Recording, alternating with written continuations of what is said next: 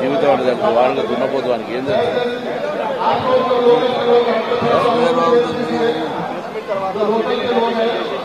ఏమండి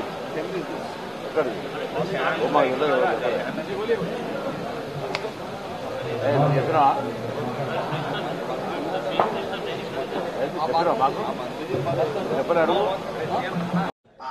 రేపటి వరకు కూడా ఆయన మార్పు రాకుండా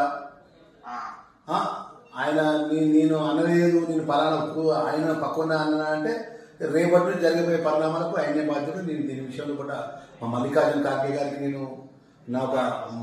ఆ సామాజిక వర్గంకి వెళ్ళి పుట్టి ఆ సామాజిక వర్గం ద్వారా మనం మంత్రి అవడం గిట్ట మేము చేసినటువంటి పొరపాట, మేము చేసినటువంటి మా దురదృష్టమా, మరి ఈ విధమైన అవమానాలు భరించాల్సి వస్తుందన్న విషయం మల్లికార్జున ఖార్గే గారికి, మీనాక్షి మేడం గారికి కూడా నేను ఉత్తరం పంపించిన.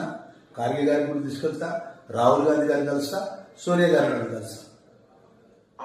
ఇది నా జాతి ఎంటర్ నా రాష్ట్ర జాతిని అవమానపరిచింది. నమస్తే అన్న.